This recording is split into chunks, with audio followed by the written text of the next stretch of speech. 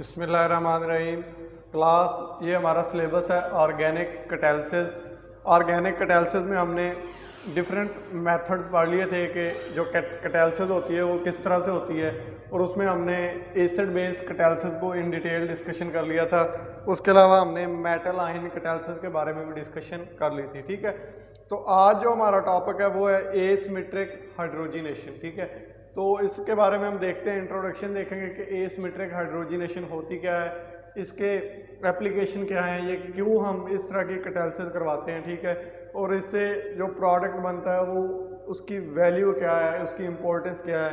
ठीक है, उसके अलावा जो सबस्ट्रेट होता है वो किस तरह से होता है, उसके बारे में भी इन डिटेल डिस्कशन करेंगे। ठीक है, तो अगर हम इंट्रोडक्शन देखें तो ऑप्टिकली एक्टिव अल्कोहल क्या है, इम्पोर्टेंट बिल्डिंग ब्लॉक हैं। और कुछ किसके बिल्डिंग ब्लॉक हैं, कुछ फाइन केमिकल्स जैसा कि जो यूज़ होते हैं फार्मास्यूटिकल में, एग्रो केमिकल में, फ्लेवोन में और फ्रेगरेंस में एज ए फंक्शनल मटेरियल। ठीक है, अच्छा अब देखते हैं ऑप्टिकल एक्टिव अल्कोहल होते क्या हैं। पहले तो देखते हैं ऑप्टिकल एक्टिविटी क्या होती है। ऑप्टिकल एक्टिव कंपाउंड उस वक्त होता है जब उसके अंदर क्या हो, कोई कायरल सेंटर हो। क्या हो, उसके अंदर कोई कायरल सेंटर हो या स्टीरियोजेनिक सेंटर हो। जब किसी कंपाउंड के अंदर कायरल सेंटर होगा तो उसकी जो स्टीरियो केमिस्ट्री होगी कुछ, फॉर एग्जाम्पल वो आर लिवो रोटेटरी होगा या डेक्स्ट्रो रोटेटरी होगा। ठीक है, यानी या वो आर कन्फिग्रेशन होगी उसकी या एस कन्फिग्रेशन होगी। तो ये जितने भी ऑप्टिकल एक्टिव अल्कोहल है ना, ये सारे इस मेथड के थ्रू, एसिमेट्रिक हाइड्रोजिनेशन के थ्रू बनाए जाते हैं। ठीक है जी, अगर हम देखें तो asymmetric hydrogenation of prochiral unsaturated compound such as alkene. Alkene क्या होती हैं, प्रोकायरल होती हैं कुछ अल्कीन, यानी डबल बॉन्ड होता है ना, जब हम उस डबल बॉन्ड के अंदर हाइड्रोजन ऐड करते हैं तो वो कायरल बन जाती है, वो कार्बन। ठीक है, इस तरह की जो अल्कीन होती हैं या अनसैचुरेटेड कंपाउंड होते हैं उनको हम क्या कहते हैं, प्रोकायरल, यानी कायरल होने से पहले। Alkene ketones and imines is one of the most efficient and straightforward methods for the preparation of optical active compound। यानी हमारे पास क्या होना चाहिए, अनसैचुरेटेड कंपाउंड होने चाहिए, जैसा कि अल्कीन, कीटोन या अमीन, इमीन IM से। ठीक है, इमीन ये क्या, अगर हमारे पास सबस्ट्रेट हो और इसकी हम एसिमेट्रिक हाइड्रोजिनेशन करवाएं तो जो कंपाउंड बनेगा वो क्या होगा, ऑप्टिकल एक्टिव होगा। और ऑप्टिकल एक्टिव कंपाउंड क्या होते हैं, इंडस्ट्री में उनका बहुत ज़्यादा इस्तेमाल है। ठीक है जी, this method uses dihydrogen and small amount of chiral transition metal complexes. इस मेथड के अंदर दो चीज़ें यूज़ होती हैं। एक तो यूज़ होती है किसमें, एसिमेट्रिक हाइड्रोजिनेशन में। एक तो यूज़ होती है डाई हाइड्रोजन यानी हाइड्रोजन का मॉलिक्यूल, और उसके साथ कुछ कायरल ट्रांजिशन मेटल कम्प्लेक्स होते हैं, यानी मेटल्स के ना कम्प्लेक्स होते हैं जो कैटालिस्ट के तौर पे एक्ट करते हैं। और हमारा टॉपिक भी क्या है, एसिमेट्रिक कैटालिसिस है, हाइड्रोजिनेशन इसकी एक जो टॉपिक है पहला वो वाला है, इसकी एग्जांपल है। ठीक है, is no recognised as economical, operationally simple and environmentally friendly. ठीक है, कि ये जो कैटालिटिक या एसिमेट्रिक हाइड्रोजिनेशन होती है ये इम्पोर्टेंट है। क्यों, क्योंकि ये इकोनॉमिकल होती है, इतनी ज़्यादा ये एक्सपेंसिव नहीं होती। उसके बाद ये सिंपल होती है और इन्वायरमेंट फ्रेंडली होती है, इसके कोई साइड इफ़ेक्ट इन्वायरमेंट पे नहीं है। उसके अलावा ये एकेडमिया एंड इंडस्ट्री, यानी जब हम फॉर एग्जाम्पल पेपर वर्क करते हैं, हम पढ़ते हैं किसी चीज़ के बारे में, फॉर एग्जाम्पल हम रेट्रो एनालिसिस करते हैं कंपाउंड का, उस दौरान भी ये वाली टेक्निक बहुत इंपॉर्टेंट है, यूज़ होती है। और इंडस्ट्री में भी कायरल कंपाउंड की सेंसेस के लिए ये वाली टेक्निक इंपॉर्टेंट है और हेल्पफुल है। ठीक है, और इंडस्ट्री में कौन कौन से हम इससे कंपाउंड बना सकते हैं, उसमें अमीनो एसिड्स हैं, अमाइन है, अल्कोहल है, अल्केन है। ठीक है, और enantiopure and enantiomerically enriched form. Enantiopure का मतलब होता है कि फॉर एग्जाम्पल हमारे पास बाज़ औक़ात सिंथेसिस ऐसे होती है कि जो हमने प्रोडक्ट, फॉर एग्जाम्पल हमने एस फॉर्म सिंथेसाइज करना है, लेकिन जो हमारे पास प्रोडक्ट प्रोड्यूस होता है वो रेसमिक मिक्सचर बनता है, यानी आर फॉर्म भी बनती है, एस फॉर्म भी बनती है। तो जो एसिमेट्रिक हाइड्रोजिनेशन है ना वो हेल्पफुल है, वो हमें इनेंशियो प्योर, यानी जो हम ज्योमेट्री या जो स्टीरियो केमिस्ट्री हम अपने प्रोडक्ट की चाहते हैं, फॉर एग्जाम्पल हम एल फॉर्म चाहते हैं किसी अमीनो एसिड की या डी फॉर्म चाहते हैं, तो वो उसी तरह का हमारे पास बनेगा। आर या एस भी अगर हम देखें तो जो अगर हम आर फॉर्म बनाना चाहते हैं तो हम उसी किस्म का कैटालिस्ट यूज़ करेंगे तो आर फॉर्म बन जाएगी। अगर हम एस फॉर्म बनाना चाहते हैं तो उसी किस्म का कैटालिस्ट यूज़ करेंगे और हमारे पास एस फॉर्म बन जाएगी।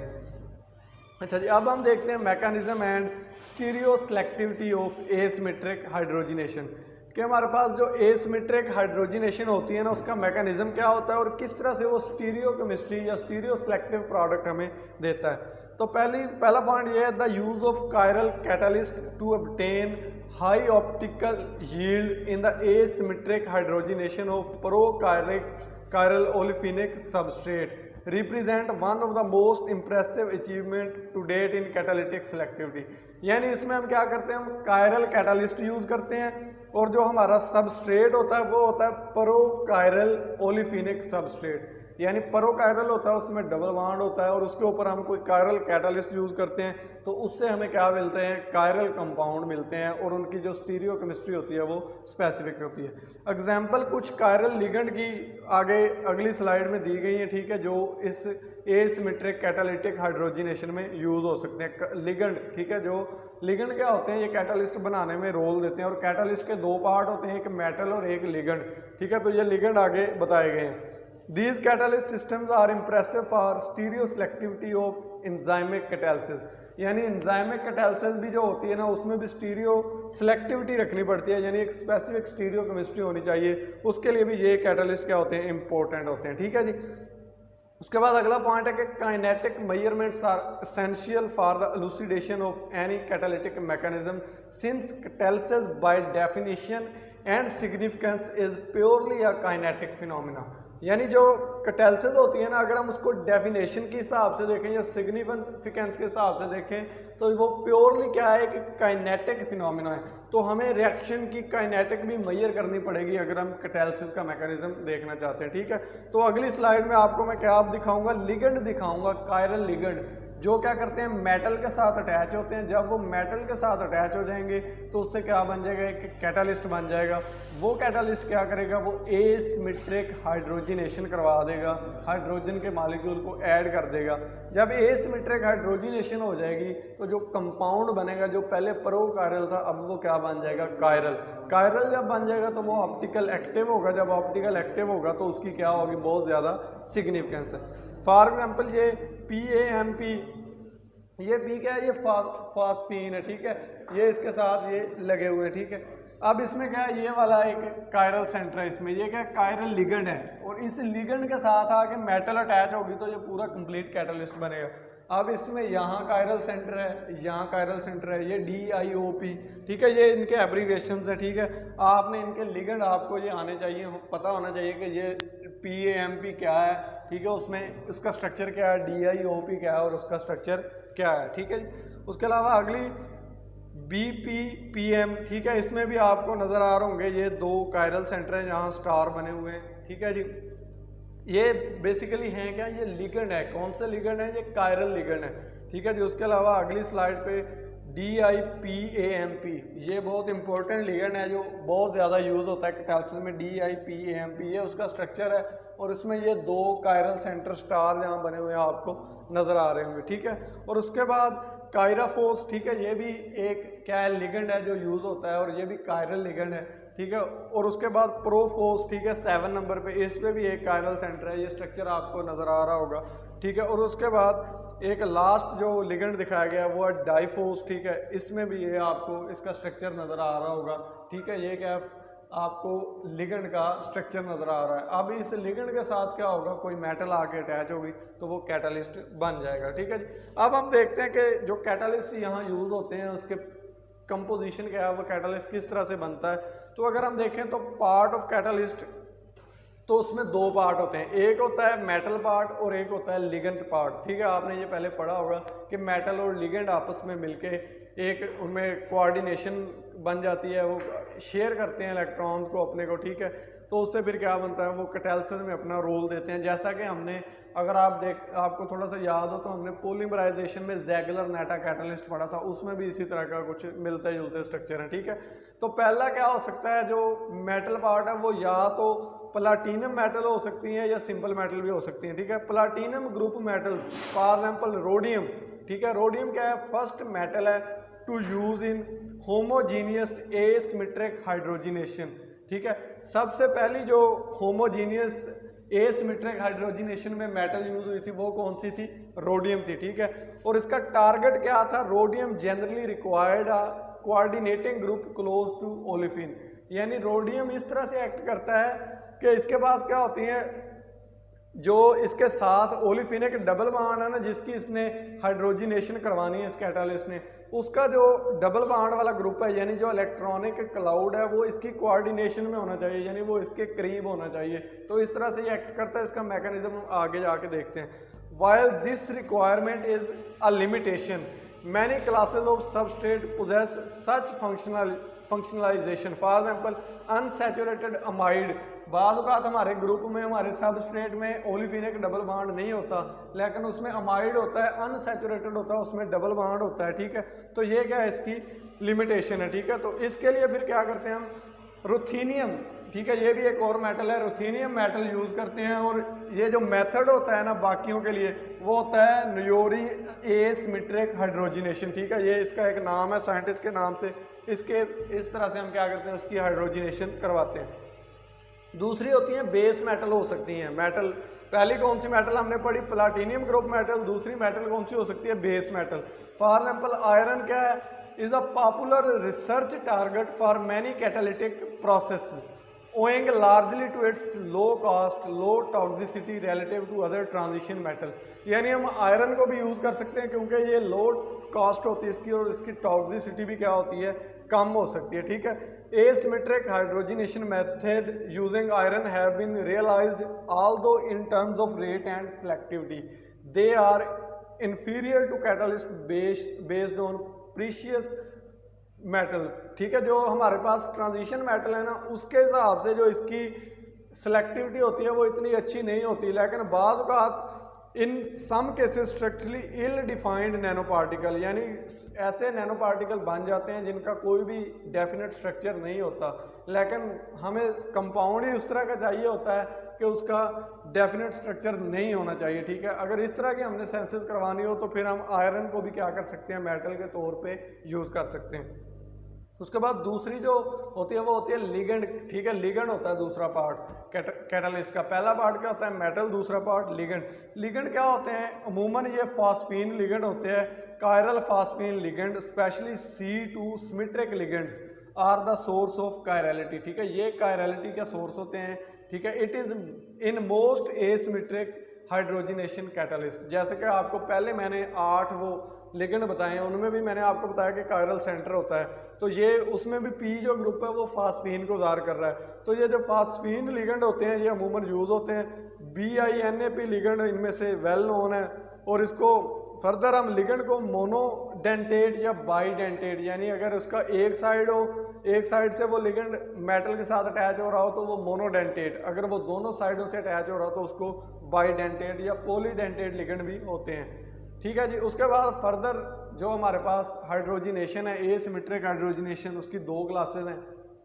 एक क्लास उसकी होती है जी होमोजीनियस हाइड्रोजनेशन और एक होती है हेट्रोजीनियस हाइड्रोजनेशन, ठीक है।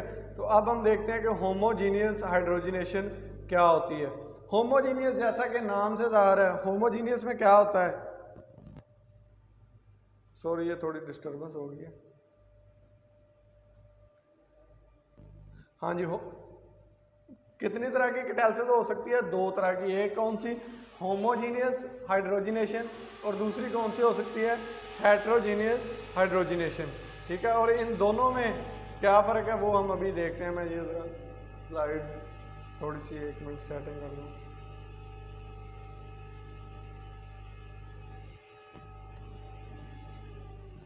ठीक है जी। अच्छा अब आते हैं हेट्रोजीनियस हाइड्रोजनेशन क्या होती है, पहले देखते हैं। हाइड्रोजीनियस टेक्निकली सिंपल होती है और इसकी लॉन्गर हिस्ट्री है as compare to homogeneous hydrogenation में।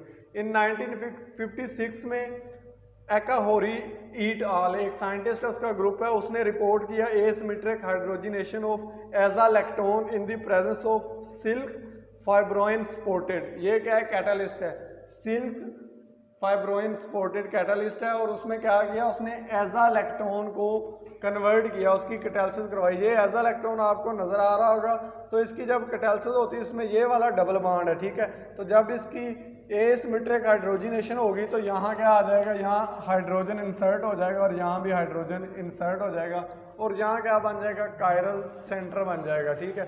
तो ये प्रोसेस के लिए क्या किया गया, उन्होंने जो कैटालिस्ट यूज़ किया वो कौन सा था, सिल्क फाइब्रोइन सपोर्टेड कैटालिस्ट। और ये किसकी एग्जांपल है, ये हेट्रोजीनियस हाइड्रोजनेशन की एग्जांपल है। उसके बाद this pioneering work was later extended to hydrogenation of prochiral ketone using Raney nickel और platinum catalyst that was modified by chiral auxiliaries such as tartaric acid और सिंकोना अल्कलाइड, ठीक है। बाद में फिर इनके काम को रेनी निकल और प्लैटिनम कैटालिस्ट की फॉर्म में मॉडिफाई किया गया और उसको टार्टारिक एसिड और सिंकोना अल्कलाइड की हाइड्रोजनेशन के लिए इनको यूज़ किया गया, ठीक है जी। उसके बाद prepared heterogeneous catalyst have as yet provided moderate to good enantioselective selective but not very high selectivity, यानी इससे ना हमें good enantioselective selective कंपाउंड मिल गए लेकिन हाई सिलेक्टिविटी नहीं मिली, इसलिए ये वाला मेथड क्या था, लिमिटेड यूज था, इतना इस्तेमाल नहीं किया गया। उसके बाद जो ज़्यादातर इस्तेमाल किया गया मेथड वो था होमोजीनियस हाइड्रोजनेशन। इसमें क्या होता था, डेवलप इनॉर्मसली, ठीक है, इन द पास्ट 4 डिकेड, यानी ये 40 ईयर्स अगो इस पे काम शुरू हुआ है and has become the useful methodology in modern science and technology. Therefore we focus on homogeneous asymmetric hydrogenation, यानी ये वाला मेथड क्या है, ज़्यादा बेहतर है। ये होता क्या है, इसका भी ये हिस्ट्री बताई गई है कि ये सबसे पहले 1968 में रिपोर्ट हुआ, ठीक है। इसमें रिप्लेस किया गया triphenyl phosphine of Wilkinson catalyst. एक विल्किंसन कैटालिस्ट है, वो यूज़ होता है किसमें भला, वो भी यूज़ होता है हाइड्रोजनेशन में, यानी जो डबल बॉन्ड होता है ना उसकी हाइड्रोजनेशन करवाई जाती है। तो उसको रिप्लेस किया गया किसके साथ, ट्राईफिनाइल फास्फीन के साथ। क्या, किसके साथ, यानी उसमें जो लिगेंड यूज़ किया गया वो कौन सा था, उसमें सिर्फ फास्फीन था, इसमें क्या है, ट्राईफिनाइल फास्फीन, यानी इसको बल्कि बनाया गया, ठीक है। और फिर उसके डिफरेंट रिएक्शंस करवाए गए तो उससे देखा गया जो ऑप्टिकल यील्ड लो थी, लेकिन ये एक्सपेरिमेंटली सक्सेसफुल मेथड था। तो इसलिए जो ज़्यादातर मेथड यूज़ किए जाते हैं वो कौन से होते हैं, होमोजीनियस एसिमेट्रिक हाइड्रोजनेशन के। ये आपको नज़र आ रहा होगा, ये एक डबल बॉन्ड है, इसमें ये कैटालिस्ट है, ठीक है। और इस कैटालिस्ट ने क्या किया है, इसकी हाइड्रोजनेशन कर दी है, यहाँ कायरल सेंटर बना दिया, यहाँ भी हाइड्रोजन इंसर्ट हो गया, यहाँ भी हाइड्रोजन। तो जब यहाँ हाइड्रोजन इंसर्ट होगी तो इधर क्या होगा, कायरल सेंटर बन जाएगा, ठीक है जी। उसके बाद ये डिफरेंट उसकी हिस्ट्री बताई गई है। ये डिफरेंट द लिगेंड 4,5 बिस डाईफिनाइल फास्फिनोमिथाइल 2,2 डाईमिथाइल 1,3 डाईऑक्सोलेन, यानी इसको DIOP भी कहते हैं, is the first example of a C2 symmetric phosphine ligand, ठीक है। ये जो लिगेंड यूज होता है वो DIOP यूज होता है, किसमें, होमोजीनियस कैटालिसिस में। इसकी क्या होती है, it's high capacity for asymmetric induction up to 88% was demonstrated in the hydrogenation of alpha hydro amino acid and in amides and these excellent result, ठीक। इसमें क्या होता है कि ये वाला जो हम लिगेंड जब यूज करते हैं तो ये हमारे पास सबस्ट्रेट है, कौन सा, एक alpha D hydro amino acid, ठीक है, और दूसरा कौन सा है, इन अमाइड, ठीक है। ये फिर क्या करते हैं, इनके एक्सीलेंट रिजल्ट आते हैं जब हम ये रिएक्शन करवाते हैं। तो ये भी उसकी हिस्ट्री के बारे में बताया गया। उसके बाद फर्दर 1,2 बिस अल्फा एनिसाइल फिनाइल फॉस्फिनो इथेन DIPAMP, ठीक है। ये डेवलप किया गया नोबल्स की मदद से और इस 2001 में यानी 2001 में नोबल प्राइज़ इसको मिला, ठीक है। ये 1975 में ये डिस्कवर किया गया था। ये भी हम लिगेंड के तौर पे यूज़ कर सकते हैं, ठीक है। और ये कितनी देता है, ये हमें 96% एक्यूरेसी देता है, कितनी देता है, 96% इनिशियो सेलेक्टिविटी देता है। जबकि ये वाला DIOP ये कितनी देता था, ये 88% देता है। यानी ये वाला जो है DIPAMP ये बेस्ट लिगेंड है किसमें, होमोजीनियस कैटालिसिस में, ठीक है जी। और ये वाला यूज होता था, this methodology was use to produce L dopa, ठीक है। ये एक अमीनो एसिड से कंपाउंड बनाया जाता है L-डोपा, यानी L-डोपा को बनाने के लिए ये वाली मेथडोलॉजी यूज की गई थी, which is useful in the treatment of Parkinson disease. ये एक डिजीज है और उसकी ट्रीटमेंट के लिए एल डोपा यूज होता है। First example of asymmetric catalysis on an industrial scale, ठीक है, इंडस्ट्रियल स्केल पे ये पहली एग्जांपल थी जो कैटालिसिस की। तो इसका रिएक्शन देखते हैं। ये हमारे पास एक सबस्ट्रेट है, ठीक है, और इसके ऊपर हमने DIPAMP, ये हमारे पास क्या है, लिगेंड है, और ये RH क्या है, रोडियम, ठीक है। ये हमने क्या किया, मेटल यूज़ किया, मेटल और लिगेंड आपस में मिलकर इन्होंने एक एक कैटालिस्ट बना दिया है। उसके बाद हमने इसको हाइड्रोजनेशन दी है, ये रिएक्शन कंडीशन है। इसमें ये वाला जो डबल बॉन्ड है, ये वाला डबल बॉन्ड यहाँ ख़त्म हो जाएगा और यहाँ क्या बन जाएगा, कायरल सेंटर बन जाएगा, और इधर भी हाइड्रोजन ऐड होगी, इधर भी हाइड्रोजन ऐड होगी। फिर जब हम इसकी H3O पॉजिटिव के साथ यानी एसिडिक इन्वायरमेंट देंगे तो इससे क्या बन जाएगा, एल डोपा बन जाएगा। यानी ये जो OAC यानी ये जो प्रोटेक्शन की हुई थी हमने, एसिटाइल ग्रुप लगाया हुआ था, ये रिमूव हो जाएगा, यहाँ हाइड्रोजन आएगा, OMe की जगह भी क्या आ जाएगा, हाइड्रोजन आ जाएगा। तो ये वाला कंपाउंड क्या है, पार्किंसन डिजीज़ की ट्रीटमेंट के लिए यूज़ होता है। ये क्या है, एक एग्जाम्पल है। इसका मैकेनिज्म भी देखते हैं, ठीक है। Chiral rhodium and ruthenium catalyst are frequently used as most versatile catalysis, ठीक है। कैटालिस्ट के तौर पे कौन कौन से, रोडियम और रुथेनियम कैटालिस्ट, ठीक है। इसमें क्या होता है, मेटल क्या होती है, रोडियम हो सकती है या रुथेनियम हो सकती है, और उसके लिगेंड क्या हो सकता है, लिगेंड सबसे बेहतर कौन सा, आपको पहले भी बताया, ये वाला DIPAMP, ये लिगेंड उसके साथ अटैच हो सकता है, ठीक है। एसिमेट्रिक हाइड्रोजनेशन ऑफ अल्कीन में ये यूज होता है, ठीक है जी। अब हम देखते हैं प्रेफरेंस। अगर हम देखें preference for producing one enantiomer instead of an other, के मतलब हमारे पास फॉर एग्जाम्पल 2 एनेंशियोमर है, यानी S फॉर्म भी बन सकती है, R फॉर्म भी बन सकती है। तो उनमें से एक मेजर बनती है, हमने बताया कि यही क्या है, एसिमेट्रिक हाइड्रोजनेशन का फायदा है। तो वो जो वन मेजर फॉर्म बनती है वो क्यों बनती है, तो उसके पहले ये डायग्राम पढ़ते हैं। इस डायग्राम में फॉर एग्जाम्पल ये क्या है, कोई RH रोडियम मेटल है, उसके साथ ये लिगेंड इस तरह से अटैच है, ये वाले, ठीक है। जो लिगेंड होता है ना, ये वाला रोडियम मेटल है, ये फास्फीन है, ये फास्फीन है, इधर इसके पूरा ये लिगेंड लगे हुए हैं, ठीक है। तो अब इसके ना एक ब्लॉक्ड साइड होती है, एक ओपन साइड, फिर ये ओपन साइड, ये ब्लॉक्ड साइड, ठीक है। तो अब जब ये डबल बॉन्ड आपको नजर आ रहा होगा अल्केन, ठीक है, क्या है ये, डबल बॉन्ड है अल्केन। जब ये अल्केन आएगा ना तो अल्कीन क्या है, डबल बॉन्ड है, इसके 7 ग्रुप लगे हुए हैं। तो 2 तरह के ग्रुप हो सकते हैं, लार्ज ग्रुप हो सकते हैं या स्मॉल। RS का मतलब है कि ये जो R ग्रुप है ये स्मॉल है, ये RL का मतलब है ये लार्ज ग्रुप है, और ये वाला RL लार्ज है, ये वाला RS स्मॉल है। तो इस जो फेवर्ड ओरिएंटेशन होती है ना इस कैटालिस्ट की, यानी मेटल और लिगेंड के ऊपर जो कोई डबल बॉन्ड आके इस तरह से अटैच हो कि उसका जो स्मॉल पोर्शन है वो ब्लॉक साइड पे आए और जो उसका लार्ज पोर्शन है वो ओपन साइड पे आए। कैसे कि जो स्मॉल पोर्शन है वो ब्लॉक साइड पे आए और जो उसका लार्ज पोर्शन है वो ओपन साइड पे आए। तो ये वाली जो कंडीशन होगी ये फेवर्ड ओरिएंटेशन होगी। और अगर क्या है, लार्ज पोर्शन ब्लॉक पे आ जाए या स्मॉल पोर्शन ओपन पे आ जाए तो ये फेवर्ड ओरिएंटेशन नहीं होगी, ये डिसफेवर्ड ओरिएंटेशन होगी। तो जो भी कोई अल्कीन आती है वो इस कैटालिस्ट के ऊपर इस तरह से अटैच होती है कि उसका जो लार्ज ग्रुप होता है, कौन सा लार्ज ग्रुप, वो उसकी ओपन साइड के सामने आता है, जो उसका स्मॉल ग्रुप है वो उसकी ब्लॉक साइड के सामने आता है। तो फिर जब उस तरह से वो अटैच हो जाते हैं उसके बाद हाइड्रोजन उस डबल बॉन्ड में ऐड होती है। तो फिर जब हाइड्रोजन ऐड होगी तो जो लार्ज ग्रुप होगा वो एक साइड पे होगा, स्मॉल ग्रुप एक साइड पे होगा। तो एक स्पेसिफिक स्टीरियो केमिस्ट्री से हमें कंपाउंड मिलेगा, ठीक है जी। उसके बाद अब देखें रोडियम कैटालाइज्ड एसिमेट्रिक हाइड्रोजनेशन, यानी रोडियम कैटालिस्ट किस तरह से एसिमेट्रिक हाइड्रोजनेशन करवाते हैं। तो उसको हम देख लेते हैं। ये डिफरेंट किस्म के आपको ये आपने देख लेना है, पढ़ लेना है, ये चीज़ें बताई गई। मैं आपको सिर्फ इसका मैकेनिज्म बता दूंगा, ठीक है जी। ये डिफरेंट किस्म के लिगेंड भी बताए गए हैं। In general electron rich and structurally rigid ligand, for example ये लिगेंड के नाम DUPHOS, ये सारे एब्रीवेशन है, ये आपको आने चाहिए, ये यूज़ होते हैं, ठीक है।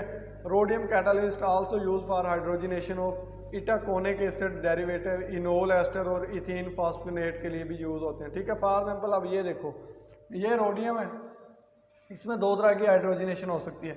एक हो सकती है अनसैचुरेटेड मैकेनिज्म के थ्रू और एक होती है डाईहाइड्राइड मैकेनिज्म के थ्रू। अब अगर हम पहले देखते हैं अनसैचुरेटेड में, अनसैचुरेटेड में पता क्या होता है, रोडियम के साथ पहले क्या मिल जाती है, आके अल्कीन मिल जाती है, तो ये वाला कम्प्लेक्स बनता है। ठीक है, क्या बनता है, ये वाला कम्प्लेक्स बनता है। उसके बाद फिर उसमें हाइड्रोजन ऐड होती है, ये ट्रांजिशन स्टेट बनती है, ये फर्दर इसमें कन्वर्ट होती है, रोडियम यहाँ से अलहदा हो जाता है। जबकि डाईहाइड्रो में क्या होती है कि रोडियम के फ़ौरन बाद हाइड्रोजन ऐड हो जाती है, ये वाली, और फिर बाद में पहले हाइड्रोजन के साथ उसका कम्प्लेक्स बनता है, फिर उसके बाद अल्कीन ऐड होती है और फिर ट्रांजिशन स्टेट बनती है। यानी अनसैचुरेटेड और डाईहाइड्राइड में फ़र्क क्या है, अनसैचुरेटेड में पहले स्टेप में अल्कीन ऐड होती है और डाईहाइड्राइड मैकेनिज्म में पहले स्टेप में हाइड्रोजन ऐड होती है। ठीक है, ये क्या इनका डिफरेंस है। अब फॉर एग्जांपल ये एग्जांपल है, ये जर्नियोल है। ठीक है, ये कंपाउंड है, ऊपर आपको नज़र आ रहा होगा। ठीक है, इसकी जब हमने हाइड्रोजिनेशन करवानी है तो हमने BiNaP रोडियम, RU का मतलब क्या है, रोडियम है। ठीक है, ये कैटालिस्ट है, ये इसका नीचे स्ट्रक्चर बना हुआ है, ये वाला आपको नज़र आ रहा होगा, ये वाला स्ट्रक्चर। ठीक है, BiNaP रोडियम का। ठीक है, ये क्या करता है, इसमें कायरल सेंटर बना देता है और उसको R सिट्रोनिलोल में कन्वर्ट कर देता है। ठीक है, अब वो आपको नज़र आ रहा होगा यहाँ, इससे मैं एक मिनट दिखाता हूँ आपको। यहाँ अब क्या बन गया, स्टीरियोजेनिक सेंटर बन गया, इस डबल बॉन्ड पे दोनों हाइड्रोजन ऐड होगी। उसके बाद न्यूरोल एक कंपाउंड है, ये भी सिट्रोनिलोल बना देता है। ठीक है, इसमें भी यहाँ डबल बॉन्ड पे हाइड्रोजन ऐड हो जाती है और इसमें भी ये वाला कैटालिस्ट यूज़ होता है। ये कैटालिस्ट के स्ट्रक्चर आपको आने चाहिए, ये इस तरह से, ये रोडियम है। ठीक है, और जिसके गिर्द लिगेंड अटैच है, ये वाला रोडियम है, इसके गिर्द ये वाला सारा लिगेंड अटैच है। ठीक है जी, उसके बाद ये डिफरेंट मेथड बताए गए हैं कि किस तरह से रोडियम के करीब वो एक्सेस करता है। ठीक है, ये आपको मैं अगली स्लाइड में बताता हूँ, आपको ज़्यादा क्लियर नजर आएगा। मैकेनिज्म का जो पहला स्टेप होता है वो सॉल्वेटेड कम्प्लेक्स होता है। सॉल्वेटेड कम्प्लेक्स क्या है, फॉर एग्जांपल हमारे पास ये जो 11 नंबर पे आपको नज़र आ रहा है ना, ये इसमें क्या है, RH है। ठीक है, RH के साथ क्या है, ये लिगेंड लगा हुआ है। क्या लगा हुआ है, RH क्या है, रोडियम है, और इसके साथ क्या लगा हुआ है, लिगेंड लगा हुआ है। तो जब हम इसकी हाइड्रोजिनेशन करवाते हैं इन द प्रेजेंस ऑफ मैथानॉल, मैथानॉल क्या है, सॉल्वेंट है, और इसको S प्राइम से जार किया, तो जो मैथानॉल है ना वो यहाँ से ये वाला बांड तोड़ देता है, ये वाला लिंकेज तोड़ देते हैं, ये वाला आपको नजर आ रहा है, ये वाला लिंकेज, यानी ये यहाँ से लिंकेज तोड़ देता है और इसके साथ ये सॉल्वेंट का मालिक्यूल, ये सॉल्वेंट का मालिक्यूल ऐड हो जाएगा। अब ये क्या हो गया, हमारा जो कैटालिस्ट एक्टिवेट हो गया और ये नॉर बोर्नेन, ठीक है, ये कंपाउंड है, ये यहाँ से अलहदा हो गया। ठीक है, ये क्या हो गया, हमारे पास सॉल्वेटेड हो गया क्या, हमारा कैटालिस्ट। उसके बाद अगला पॉइंट ये है, अब ये हमारे पास कैटालिस्ट सॉल्वेटेड हुआ है, SS लगा हुआ है, ये रोडियम है, ये फास्फीन, ये इसका मतलब है ये स्ट्रक्चर है, लेंथी है, जो भी उसने इसको ऐसे ज़ाहिर कर दिया। ठीक है, उसके बाद जब इसके अंदर ये हमने डबल बॉन्ड है, इसकी हमने हाइड्रोजनेशन करवानी है, ये हमने ऐड किया तो ये डबल बॉन्ड इस तरह से इसके साथ आके ट्रांजिशन स्टेट बनाएगा। 15 पे आपको नज़र आ रहा होगा। अच्छा क्लास, हम मैकेनिज्म देख रहे थे, ये फॉर एग्जांपल हमारे पास क्या है, रोडियम मेटल है, उसके साथ लिगेंड लगा हुआ है, ये हमने सबस्ट्रेट उसके अंदर ऐड किया है। जब सबस्ट्रेट इसके अंदर ऐड करेंगे तो ये जो सॉल्वेंट के जो मालिक्यूल थे S, जिसके रोडियम के साथ अटैच हैं, ये आपको नज़र आ रहा होगा, ये भी S, इसमें अब क्या होगा, ये यहाँ से निकल जाएंगे और ये जो सबस्ट्रेट है कार्बन डबल बॉन्ड कार्बन, ये इस कैटालिस्ट के सामने अपने आप को इस तरह से अरेंज करेगा कि कार्बन डबल बॉन्ड कार्बन एक तरफ से रोडियम को कोऑर्डिनेट करेगा और ये जो कार्बोनाइल है NH के साथ, इसका जो ऑक्सीजन है ये दूसरी तरफ से सोडियम को क्या करेगा, दूसरी तरफ से रोडियम को ये कोऑर्डिनेट करेगा। ये आपको नज़र आ रहा होगा, 2 पॉइंट है। ठीक है, कौन कौन से पॉइंट है, एक ये कार्बन डबल बॉन्ड कार्बन, ठीक है, ये कार्बन डबल बॉन्ड कार्बन, और एक ये वाला, ये दोनों अब क्या करेंगे, कोऑर्डिनेट करेंगे रोडियम को। उसके बाद अब क्या होता है, अगला पॉइंट है 15 के बाद हाइड्रोजन ऐड हो रही है। अब इस स्टेप में क्या हो रहा है, इस स्टेप में हाइड्रोजन ऐड हो रही है। 1 मिनट ज़रा हम थोड़ा इसको देख लें।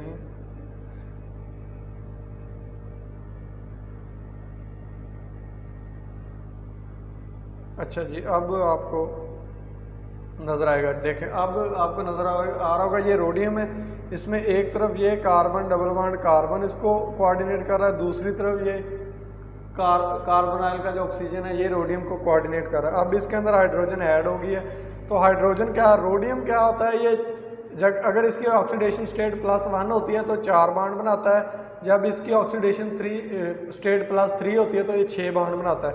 तो अब इस स्टेज पे ये 6 बॉन्ड बनाएगा और ये रोडियम के ऊपर इधर 1 लिखा हुआ है, ये आपको नज़र आ रहा होगा, ये रोडियम के ऊपर RH1 है और इधर भी RH1 है, ठीक है। इधर लेकिन RH क्या लिखा हुआ है 3, इसका मतलब है रोडियम की ऑक्सीडेशन स्टेट अब क्या होगी है 3। तो अब इसके अंदर 6 बॉन्ड बनाएगा, 4 किस तरह से, 2 ये लिगेंड के साथ, एक कार्बन डबल बॉन्ड कार्बन के साथ, एक कार्बन डबल बॉन्ड ऑक्सीजन के साथ, ये कार्बन है, और 2 इसके अंदर एक हाइड्रोजन ये ऐड होगी, आपको नज़र आ रही होगी, और एक हाइड्रोजन ये ऐड होगी। अब इसकी ऑक्सीडेशन क्या है 6 है। और इसमें से अब क्या होगा, अब इसमें एक सॉल्वेंट का मॉलिक्यूल ऐड हो जाएगा, ठीक है। जब सॉल्वेंट का मॉलिक्यूल इसमें ऐड होगा तो ये जो ऑक्सीजन है ना, जो लिंक हुआ है कार्बोनाइल का ऑक्सीजन नाइट्रोजन के साथ, जो कार्बोनाइल है उसका ऑक्सीजन जो लिंक हुआ है वो वहाँ से टूट जाएगा। लेकिन ये जो कार्बन है, जिस कार्बन के ऊपर हमने इंसर्शन करवानी है, ओलिफिनिक डबल बॉन्ड है, उसमें अब क्या हुआ है, हाइड्रोजन उसके अंदर इंटर हो गया। क्या हो गया, इसमें हाइड्रोजन इंसर्ट हो गया इसमें, यानी ये रोडियम है, इसमें अब सॉल्वेंट आ गया, यहाँ से ये बॉन्ड टूट गया और इधर ये कार्बन अभी इधर ही जुड़ा है, जबकि इस कार्बन में हाइड्रोजन इंसर्ट हो गया है CH में, ठीक है। क्या हो गया इस कार्बन में, ये देखें, बल्कि इधर इंसर्ट हुआ है, इसमें ये वाला इधर इंसर्ट हो गया है इस फिनाइल वाले कार्बन में, ये देखें CH2 बन गया है फिनाइल वाला कार्बन, और ये वाला कार्बन अभी इधर ही अटैच है। पहले क्या हुआ कि ये वाला हाइड्रोजन इस कार्बन के पास इंसर्ट हुआ, जब ये वाला इधर इंसर्ट होगा तो ये वाला बॉन्ड यहाँ से टूटेगा, यहाँ S यानी सॉल्वेंट का मॉलिक्यूल आ गया। उसके बाद अब क्या होगा, ये वाला हाइड्रोजन इसमें इंसर्ट हो जाएगा, यहाँ से ये अलहदा हो जाएगा,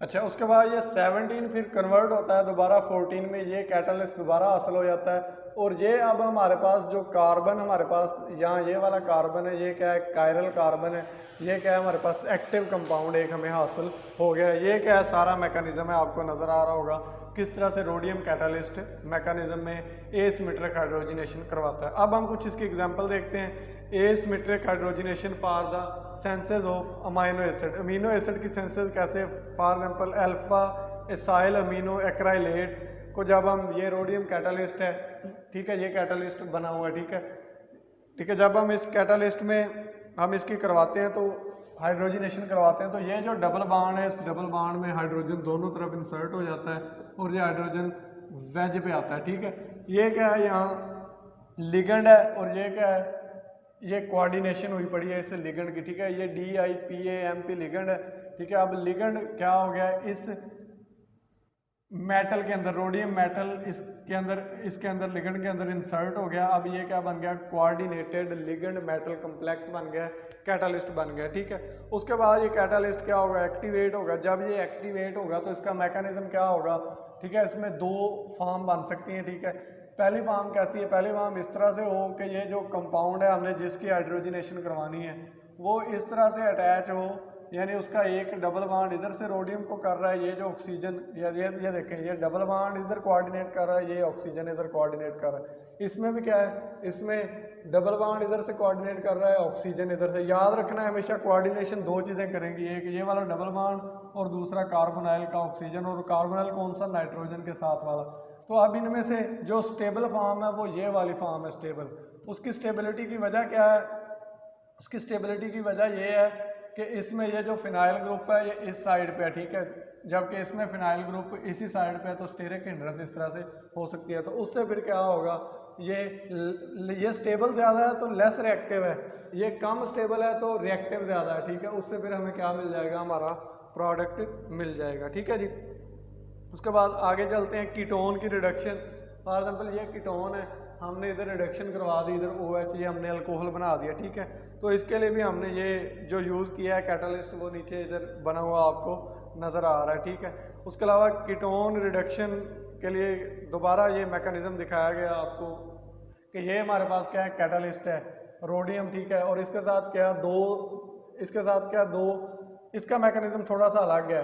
मैकेनिज्म वो अलग कैसे है कि पहले हाइड्रोजन एक रोडियम के साथ अटैच है, सॉरी ये थोड़ी डिस्टर्बेंस हो गई है, जी अब ये देखो एक हाइड्रोजन इस रोडियम के साथ अटैच है, मतलब इसके ऊपर हाइड्रोजनेशन हुई पड़ी है रोडियम की। एक इधर हाइड्रोजन अटैच है, एक इधर हाइड्रोजन अटैच है।